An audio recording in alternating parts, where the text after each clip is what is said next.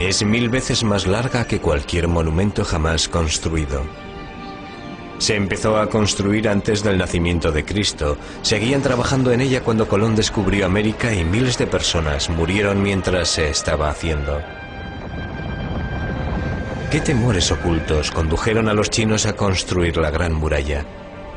Una muralla a la que llamaron el mayor cementerio del mundo.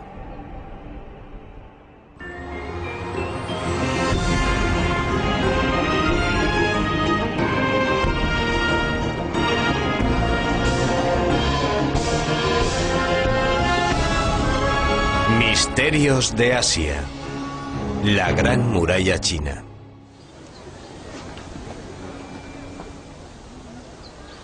Esta es la muralla de la que todo el mundo ha oído hablar, donde posan todos los presidentes americanos y es visitada por miles de turistas al año.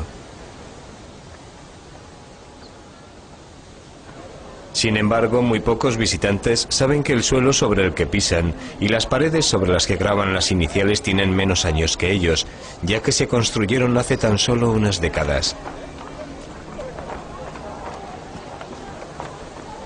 Pero hay una muralla perdida, muy poco visitada y filmada, que se encuentra justo sobre el horizonte. Esta es la verdadera Gran Muralla China.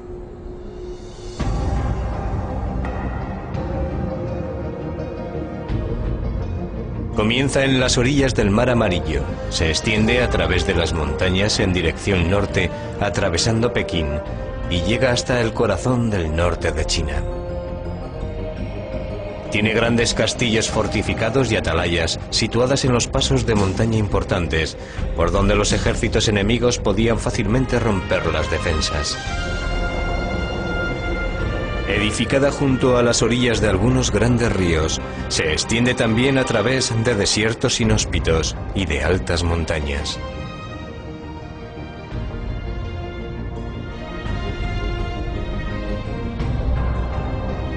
Inicialmente está construida en piedra, pero a medida que llega al desierto, el material de construcción elegido es el ladrillo. Y finalmente la Gran Muralla termina aquí, en esta solitaria atalaya con vistas al Río Blanco. Es la mayor hazaña de la ingeniería mundial, alcanzando un total de más de 6.400 kilómetros, desde su comienzo hasta su final.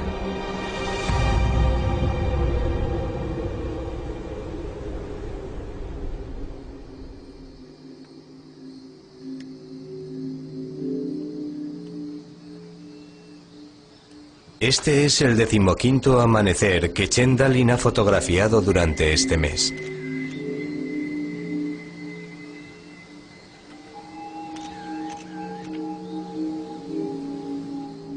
Pero Chen no es solo un fotógrafo. Es un hombre que ha dedicado toda su vida a descubrir toda clase de información acerca de la Gran Muralla China. Durante años ha recorrido el país para buscar las ruinas de murallas olvidadas y abandonadas.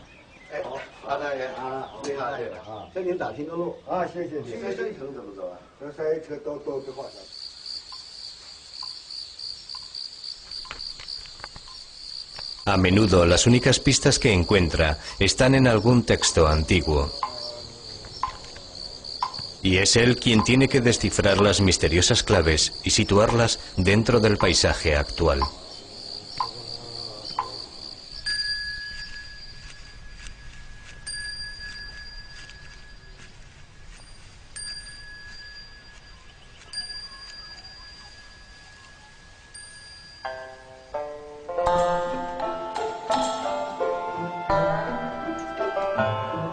Valiéndose tan solo de un bastón para defenderse de las serpientes y de los perros rabiosos, ha recorrido miles de kilómetros. Sin embargo, ha obtenido varios éxitos. Después de ascender por esta frondosa ladera, descubrió una antigua muralla.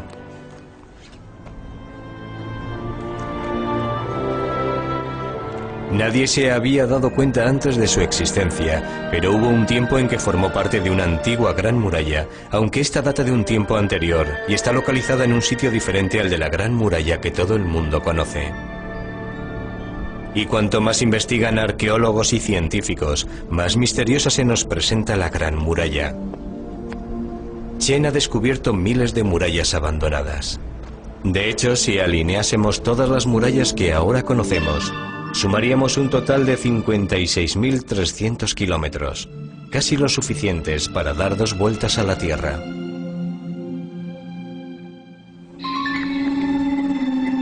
Pero, ¿por qué construyeron tantas murallas con un coste tan elevado? ¿De qué tenían miedo los chinos?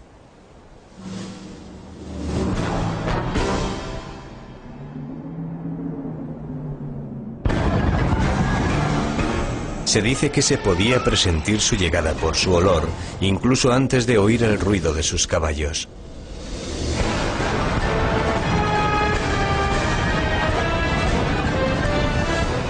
Luego ya no se les podía frenar. Iban sembrando el terror, matando, violando y quemando aldeas. Tan solo dejaban tras sí el humo que dejaban sus hogueras y los cientos de cadáveres abandonados. Se trataba de las hordas nómadas de las llanuras del norte, los hunos, mongoles, manchúes. Todos ellos venían a acabar con la plácida vida que llevaban los chinos.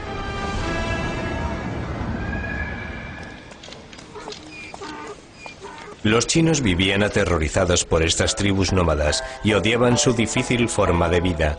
Un famoso poema decía: no tienen campos ni pastos, solo tierras baldías donde yacen los huesos entre arena amarilla.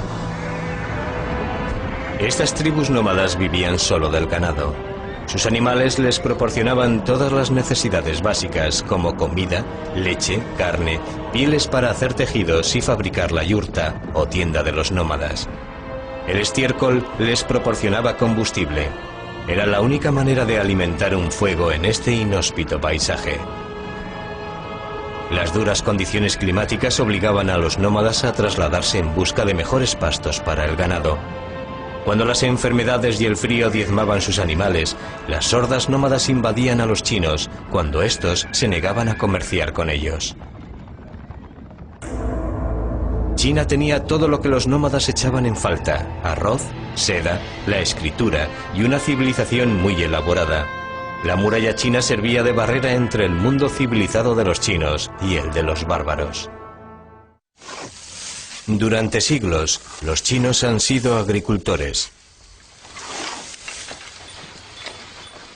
Si sientes que formas parte de la tierra, permaneces en el mismo sitio y vas acumulando posesiones: tierra, ganado y casas que llenas de muebles y bienes. Llevaban una forma de vida constantemente amenazada por los ataques de los nómadas. Y por esta razón, desde tiempos remotos, los chinos construyeron murallas alrededor de sus aldeas y de su país, para protegerse de sus enemigos. La construcción de murallas era una característica tan arraigada en la mentalidad china, que la palabra china para ciudad es la misma que para muralla.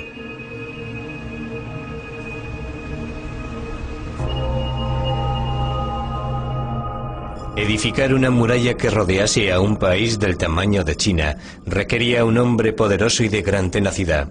Un hombre tan poderoso que hizo que China llevara su nombre, el emperador Qin Shi Huangdi, el primer emperador de China. Empezó su construcción 2 siglos antes del nacimiento de Cristo, con una muralla que se extendía más de 6.400 kilómetros.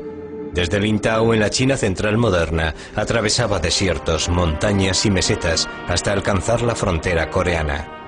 Cuesta creer que se realizó en tan solo 12 años. Imagínense construir una muralla de 9 metros de altura y 4,5 metros de anchura, desde Nueva York a California sin ningún equipo moderno.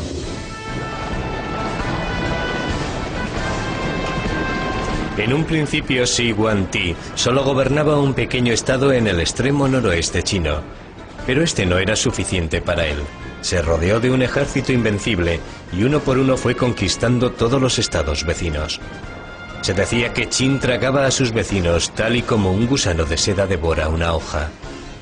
Con toda China bajo su mandato, el emperador Qin llevó a cabo varias medidas, como crear una moneda única, el primer euro mundial.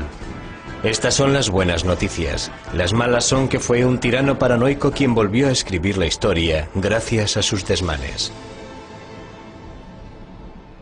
El descubrimiento de su tumba ha puesto de manifiesto tanto el esplendor como el terror que se vivió durante su reinado. En 1974, al este de su sepulcro, se excavó todo un ejército de terracota, soldados que protegían a su emperador de los espíritus malignos. Y no se trata de miniaturas. Son de tamaño real. Hasta el momento los chinos solo han excavado el 10% del yacimiento y ya han salido a la luz miles de soldados y unas 10.000 armas. Si se observan de cerca sus facciones, se comprueba que cada uno es diferente. Este ejército de terracota fue esculpido a partir de su homólogo en la vida real. El ejército aparece formado para entrar en combate. En la parte de atrás se encuentran una serie de mandos superiores dando órdenes. El mayor tamaño de su cintura nos informa acerca de su edad y categoría. En suma, se empleó un total de 700.000 hombres durante 38 años en la construcción de la tumba del emperador Qin. Una vez que había unificado China y reorganizado su imperio, Qin Shi Huangdi envió 300.000 soldados a la frontera del norte para poner fin a las incursiones de los nómadas. Cuando terminaron su trabajo, el emperador les ordenó que permaneciesen allí, y con 500.000 más de campesinos se encargaron de edificar la primera gran muralla china.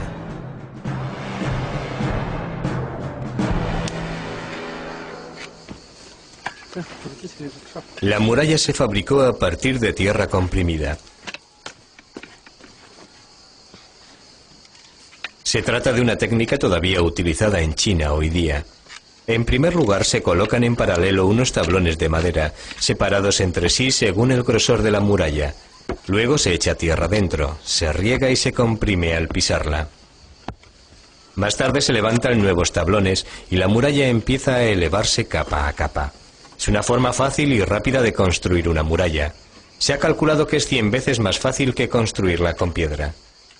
Esta es la forma en la que Shi Huangdi edificó una muralla de 6.400 kilómetros en tan solo 12 años. Sorprendentemente, estas murallas son muy resistentes. Las murallas de esta antigua ciudad tienen casi 2.000 años y se han conservado así gracias al clima extremadamente seco del desierto de Gobi. La muralla sirvió de protección a los chinos, pero se cobró un elevado número de víctimas. Millones de hombres murieron de agotamiento mientras trabajaban en la muralla. Algunos dicen que los muertos se utilizaron como mortero y se enterraron dentro de ella. Nadie logró escapar de la tiranía del mandato del emperador. Todos los campesinos pagaban sus impuestos y contribuían al creciente bienestar del imperio. La grandeza de China se construyó a expensas de los más pobres, y la historia de la dinastía Qin está llena de relatos tristes. Existe un cuento de hadas en China tan conocido como Blancanieves o Robin Hood lo es para nosotros. Dice así: en el corazón de un crudo invierno, Meng Qianlun decidió visitar a su marido, quien había sido enviado a trabajar en la construcción de la muralla. Quería llevar ropas de abrigo a su amado esposo y en primer lugar se dirigió a la primera torre para preguntar a los soldados por el paradero de su marido. Estos sabían que había muerto, pero no se atrevieron a decirle la verdad, así que la enviaron a la siguiente atalaya de la muralla, pero una vez más le dijeron lo mismo. Entonces recorrió la muralla buscando a su marido desesperadamente, desde la meseta del Tíbet hasta el mar amarillo. Aquí finalmente alguien le dijo que su marido había muerto, que era uno de los millones de almas torturadas que vagaban por la muralla. Su tristeza y desesperación fueron tan intensas que sus lágrimas consiguieron resquebrajar la muralla.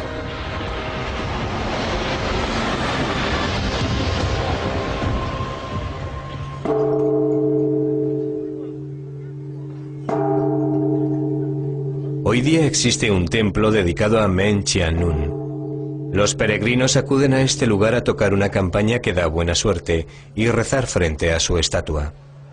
Incluso pueden observar a través de un telescopio la brecha en la muralla causada por las lágrimas de su heroína.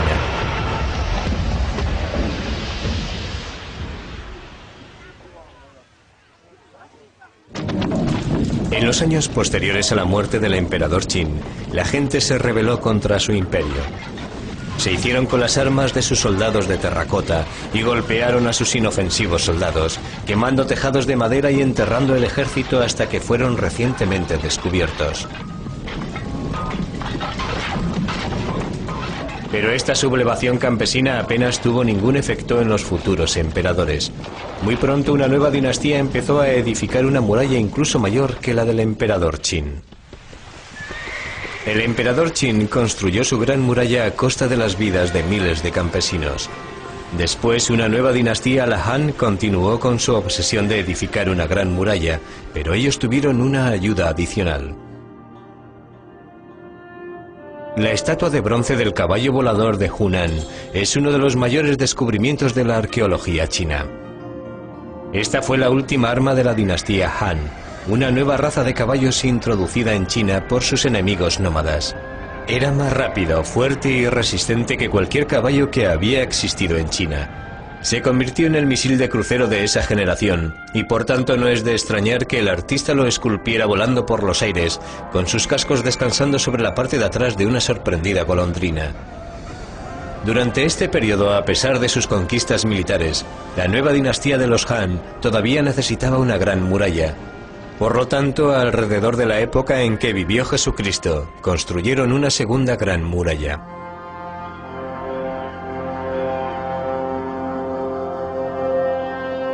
Esta se extendió a lo largo de 10.700 kilómetros y se convirtió en la mayor construcción de toda la historia de la humanidad.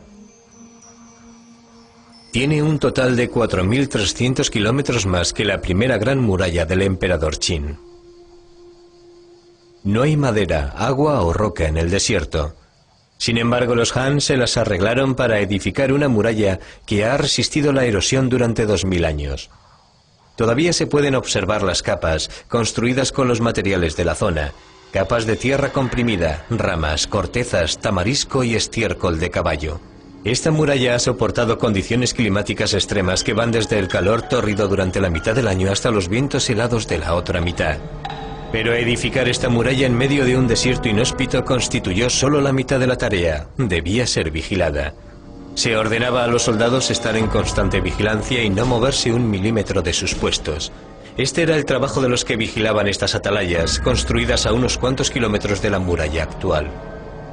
A pesar de tener uno de los mayores ejércitos del mundo, la muralla era tan larga que carecían de los hombres suficientes para colocar un centinela cada cierto número de metros. Por lo tanto, avisar del ataque enemigo con antelación se hizo crucial.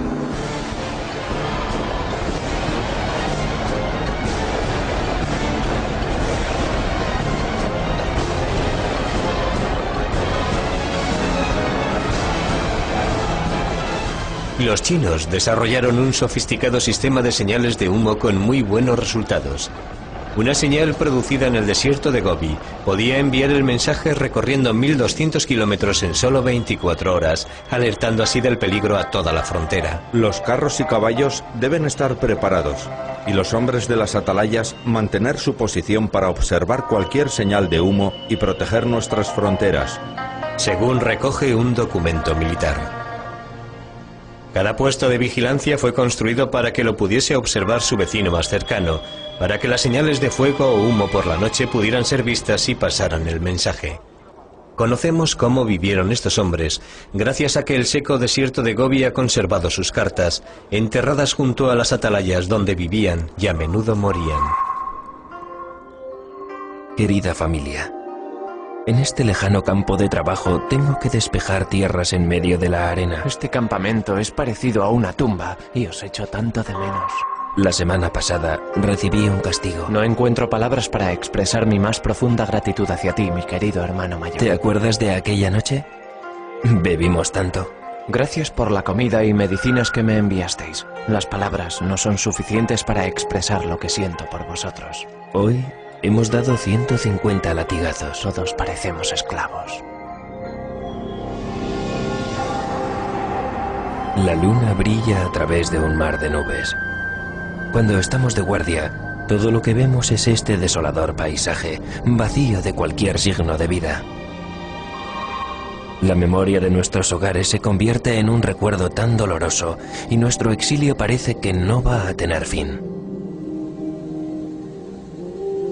Muchos nunca regresaron a sus casas. Acabaron en tumbas como esta, en grandes tumbas para los generales y en pequeñas para los soldados. Todos ellos murieron defendiendo la Gran Muralla.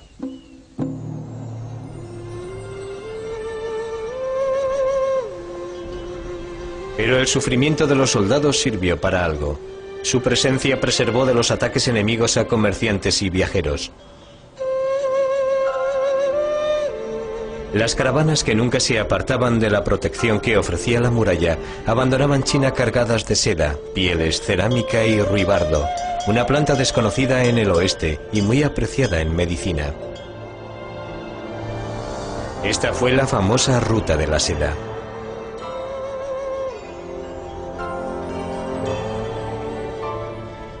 Los comerciantes regresaban con oro, marfil y coral.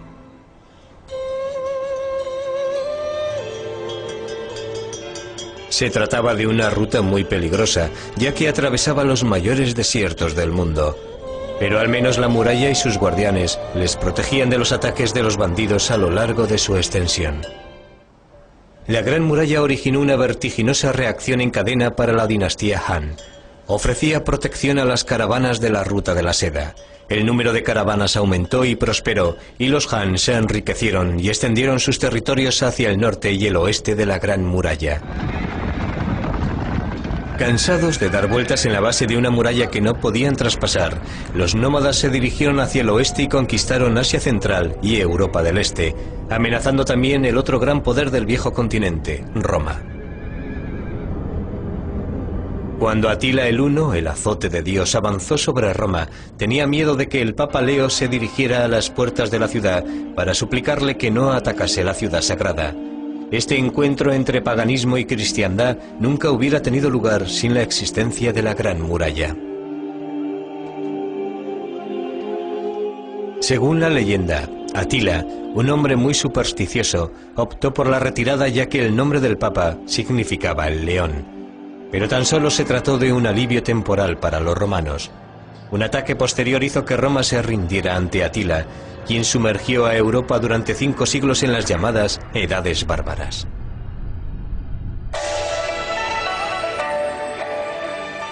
Mientras Europa sufría, China entraba en su época dorada con la llegada de la dinastía Tang, con los emperadores más ricos y poderosos en la historia de China.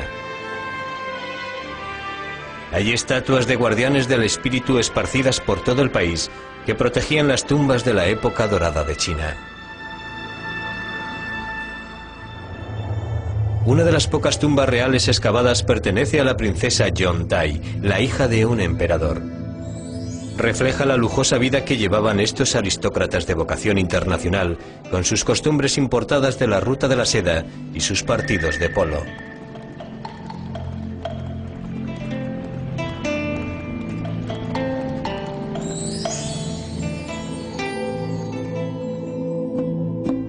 Los ejércitos de la dinastía Tang controlaban grandes áreas a ambos lados de la muralla, por lo que ya no se utilizaba como sistema defensivo y se convirtió en una ruina. Para mantener el orden en las estepas, los Tang prefirieron dar mayor importancia al comercio y la diplomacia, más que al sistema defensivo de la muralla. Y los mejores diplomáticos de la época eran las princesas chinas. Cada cierto periodo de tiempo se elegía una princesa para casarla con un jefe nómada. Se enviaba con sus eunucos, criados y montones de lujosos regalos.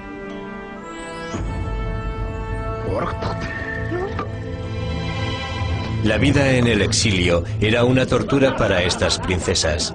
Estaban acostumbradas a ser tratadas como frágiles bellezas de porcelana, y ahora se les obligaba a comer trozos de carne cocida, beber leche fermentada de yegua y dormir con un marido bárbaro que nunca se lavaba. Una princesa se lamentaba así. Mi casa es la yurta. Mis paredes son de fieltro. Mi bebida es la leche fermentada. Vivo en un país extranjero soñando en convertirme en una grulla amarilla para poder volver a mi hogar. Enviar una princesa al exilio y casarla con un bárbaro parecía en principio un precio muy pequeño para comprar la paz. Era desde luego un sistema más barato que construir y vigilar una gran muralla. Pero esta política solo tuvo un éxito transitorio. Un nuevo peligro les acechaba desde los seriales del norte del país. China estaba a punto de enfrentarse con el guerrero más cruel que ha conocido la historia. Más allá de la gran muralla, los pueblos bárbaros recorrían Asia destruyendo aldeas y saqueando todo lo que se les cruzara en su camino. Aquí empezó la peor pesadilla que ha vivido China, con el nacimiento de un niño con su mano derecha empapada en sangre, un presagio de lo que iba a suceder.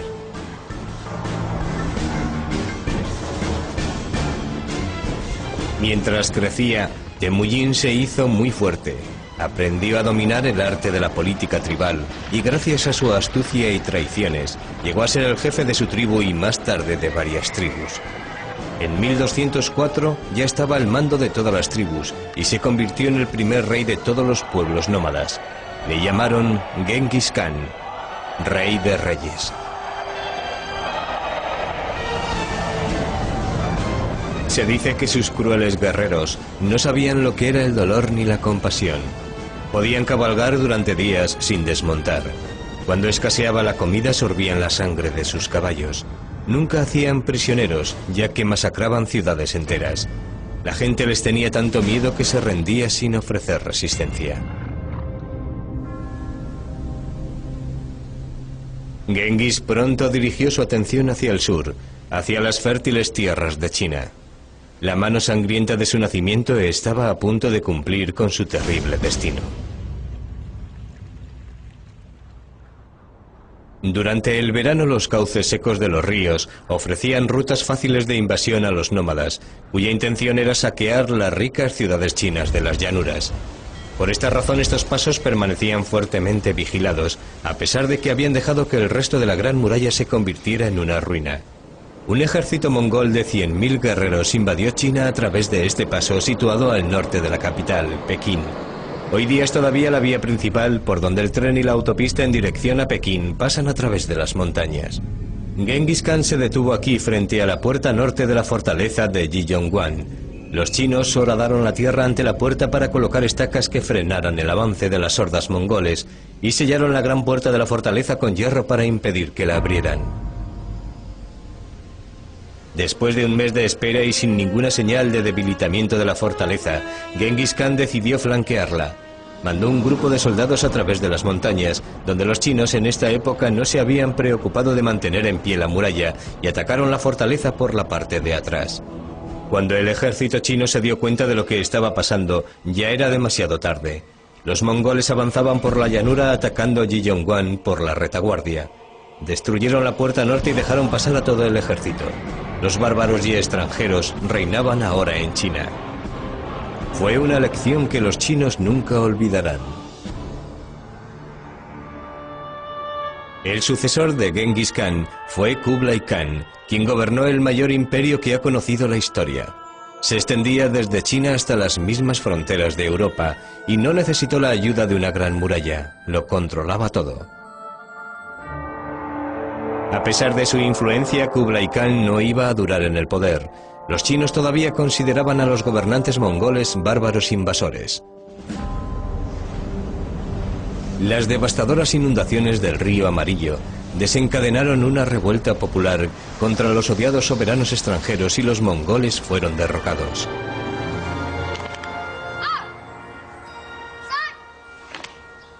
Fueron reemplazados por una dinastía china, la Min, quien estaba dispuesta a no volver a caer en los errores del pasado. Estos son los descendientes de los hombres que construyeron la muralla durante esta dinastía y expulsaron a los mongoles fuera de China. Están orgullosos de sus antepasados, hombres y mujeres que construyeron y defendieron la última gran muralla china.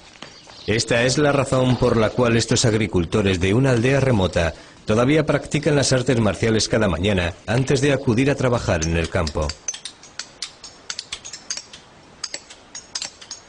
Los nuevos gobernantes, los emperadores Min, se mostraron resueltos a que no volviese a suceder una nueva invasión.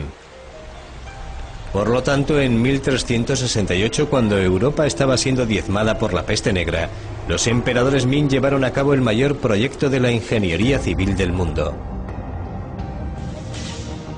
Es incluso mayor que las murallas anteriores, ya que ésta se construyó en piedra en su mayoría. La muralla Ming se extiende desde Sanaiguan en el Mar Amarillo hasta Yaiyuguan en el desierto de Gobi.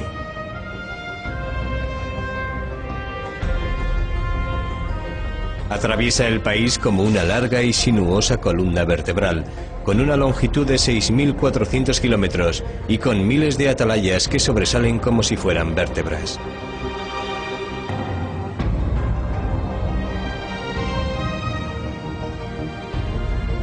La mayor parte de la muralla está construida en piedra, un material de construcción 100 veces más difícil de utilizar que el ladrillo.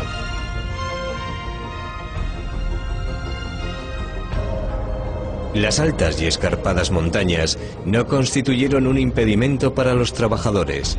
La muralla también debía ser vigilada entre estas cumbres nebulosas. Las atalayas jugaron un papel crucial en la defensa de la muralla. Si se necesitaban refuerzos, los guardias hacían una señal a la aldea situada a menos de 1 kilómetro de distancia.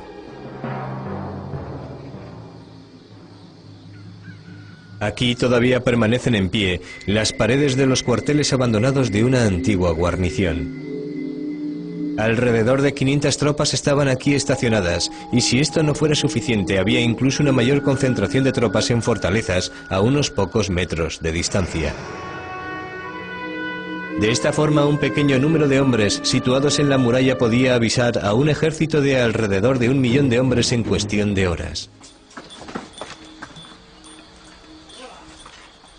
Edificar una muralla de estas características no resultó nada fácil. Gran parte del trabajo fue realizado por convictos, quienes si morían debían ser reemplazados por otro miembro de su familia hasta que se cumpliese la sentencia impuesta. Cada 15 metros los trabajadores instalaron desagües para eliminar el agua de lluvia. Estos desagües siempre se construían por la parte interior de la muralla, el lado alejado del enemigo, para que éste no pudiera lanzar una cuerda hacia el conducto y escalar la pared. Aquí, en una ladera muy inclinada, la muralla se eleva en escalones hacia la atalaya. Por lo tanto, si el enemigo conseguía subir hasta arriba, estas cruciales atalayas serían defendidas ferozmente.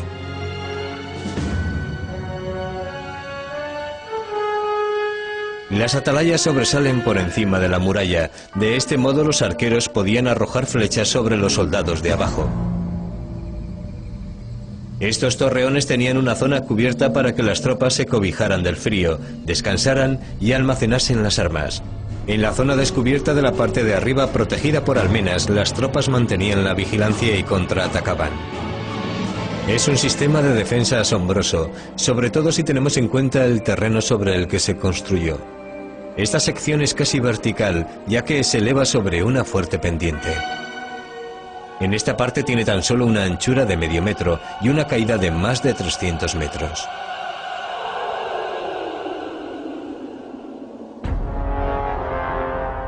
Resueltos a que ningún bárbaro gobernase China otra vez, los emperadores Ming fortificaron cada pulgada de terreno chino para que no pasaran ejércitos pequeños y abriesen las puertas a uno mayor.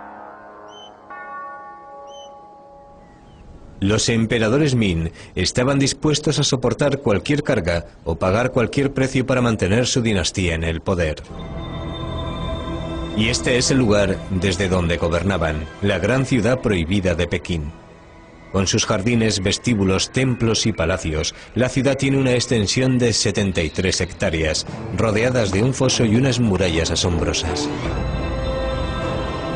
La ciudad prohibida, un lugar de retiro, un lugar desde el cual los divinos emperadores Ming podían gobernar y vivir sin ser molestados por los modestos ciudadanos de su imperio. Dentro de sus paredes bermejas se desarrolló una vida única en toda la historia de la humanidad. En su centro estaba el emperador, cuya vida estaba llena de complicados rituales necesarios para el gobernador de toda China. Si se celebraban, el país prosperaría y florecería la dinastía Ming. El emperador tenía a su servicio un ejército completo de concubinas y guardando a estas un ejército incluso mayor de eunucos. Uno de los últimos emperadores de la dinastía Min, Guanli, fue un monarca muy débil que consiguió permanecer en el poder durante 47 años. Guanli gobernó desde su palacio y nunca se dejó ver por sus ciudadanos o sus ministros, e incluso muy rara vez por sus eunucos. Aislado de casi todo, no sabía lo que estaba pasando en el país que gobernaba. Los emperadores Min permanecen enterrados en unas tumbas al norte de la capital, Pekín.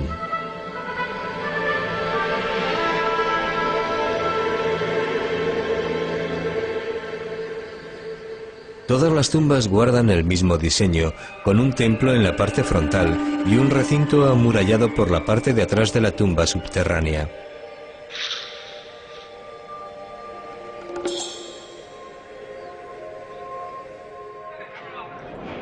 Debido a su largo mandato, Guanli construyó una enorme tumba, y en 1956 varios arqueólogos chinos decidieron abrirla, la única tumba de un emperador Ming que ha sido excavada. Mientras los trabajadores abrían las pesadas puertas de la tumba, se puso al descubierto un pasillo inmenso, mucho mayor que cualquiera de los que hay en una tumba de un faraón egipcio. Allí se encontraban los ataúdes laqueados del emperador y dos de sus esposas. Las autoridades comunistas ordenaron abrir el sepulcro para ofrecer una lección de concienciación social y mostrar la lujosa vida que habían llevado los mandatarios capitalistas, mientras las masas trabajadoras se morían de hambre. No podían haber elegido un ejemplo mejor, como demostraron los lujosos objetos que se encontraron en su interior. Entre ellos se encuentra este ligero sombrero tejido con oro. La combinación de una vida lujosa y un gobierno incompetente no podía durar. La dinastía llegó a su fin 24 años después de que se acabó la construcción de esta tumba. Pero el fin de los Min no llegó a través de la muralla, estuvo causado por la belleza de una mujer.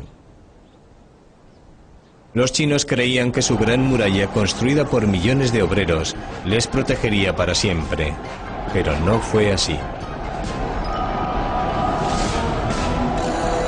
La historia comienza con el saqueo de Pekín en 1644 por un ejército rebelde. Durante el caos que se produjo después, una tribu nómada, los manchúes, vieron la oportunidad perfecta para invadir China. Su inmenso ejército avanzó sobre China, pero la muralla permaneció intacta. Durante su invasión no se destruyó ni un centímetro de muralla. Esta es la fortaleza que los manchúes querían conquistar. Estaba gobernada por el general más importante y fiel de todo el imperio, el general Gu. Por ello resulta extraño que no se encuentre entre la muestra de soldados más valientes de la fortaleza.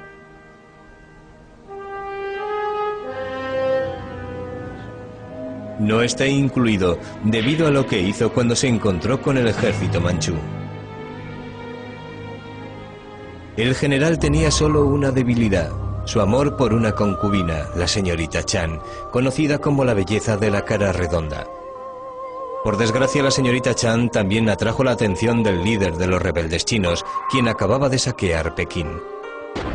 Desesperado por recuperar su amor perdido, el general Gu pidió ayuda a su odiado enemigo, los manchúes, para acabar con la rebelión y naturalmente para liberar a su amada señorita Chan. Aquí en Sanaiguan, el general Gu hizo algo inconcebible. Abrió las puertas de la gran muralla para dejar entrar al ejército manchú. El mayor proyecto de la ingeniería civil mundial falló no debido a ninguna debilidad estructural, sino a causa de la sonrisa de una hermosa joven.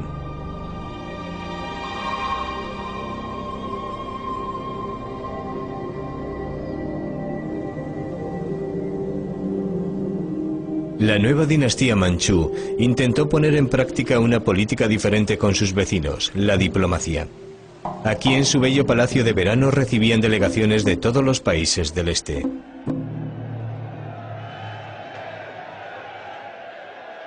La asistencia era obligatoria.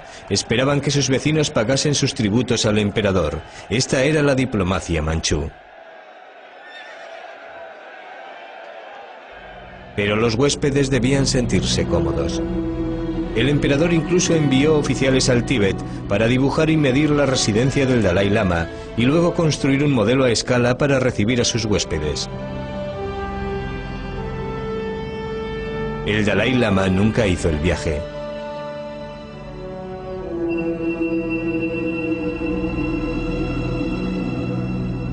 Pero sí lo hizo el otro gran jefe espiritual del Tíbet, el Panchen Lama.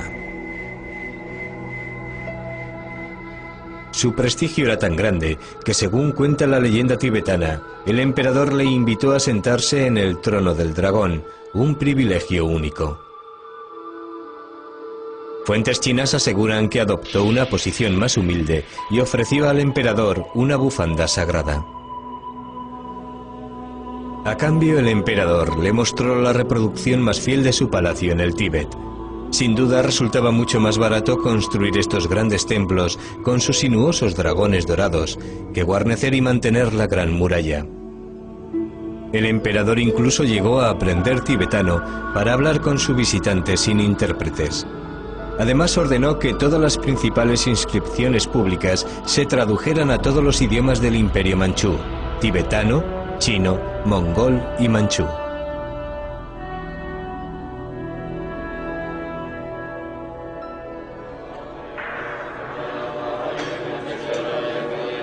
Varios monjes se instalaron aquí y hoy día continúan con los rituales budistas, mucho después de que el último emperador abandonase el trono.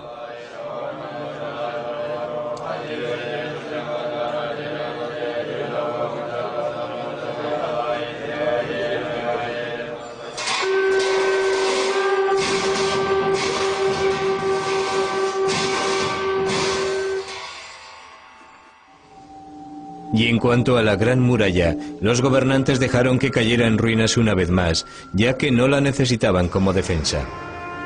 La única muralla de la que se preocuparon es la que rodeaba a su palacio, construida para proteger los animales salvajes que les gustaba cazar. Por primera vez en la historia, la Gran Muralla carecía de valor para los chinos. Pero el último e intrigante capítulo de la historia de la muralla aún no se había escrito.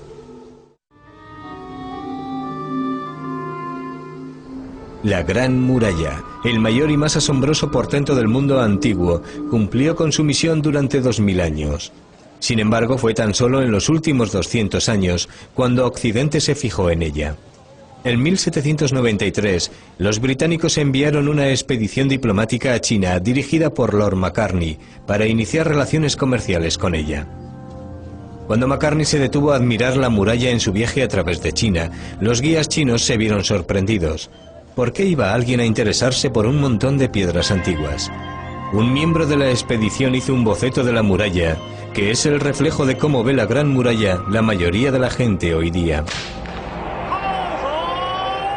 Cada embajador que visitaba China y era recibido por el emperador debía practicar el kowtow, es decir, hacer la reverencia 3 veces acompañada de 3 postraciones en las que la frente tenía que tocar el suelo 9 veces en total. Cuando los ingleses llegaron a la residencia de verano del emperador, fueron agasajados con toda clase de lujos y pasaron varios días recorriendo sus bellos parques y templos.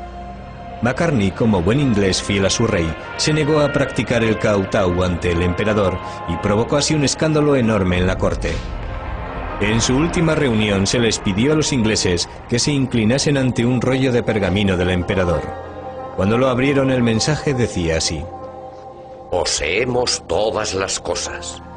No valoro ningún objeto curioso o ingenioso y no voy a utilizar ninguno de vuestros productos manufacturados.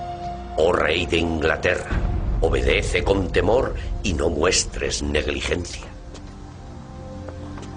Esta es una historia de orgullo de 2 imperios convencidos de que eran los amos del universo.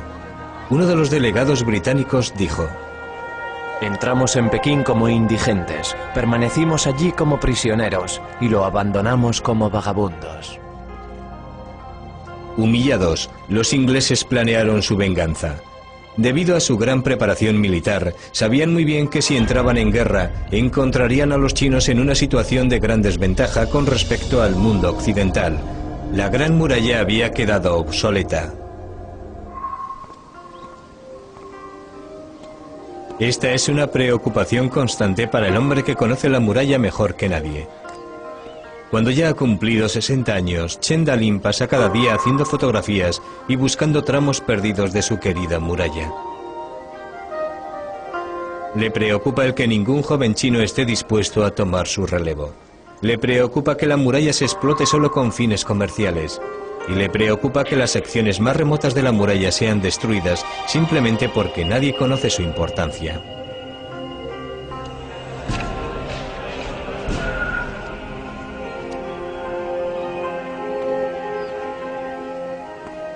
Mientras Chen recorre China, también regresa a épocas pasadas.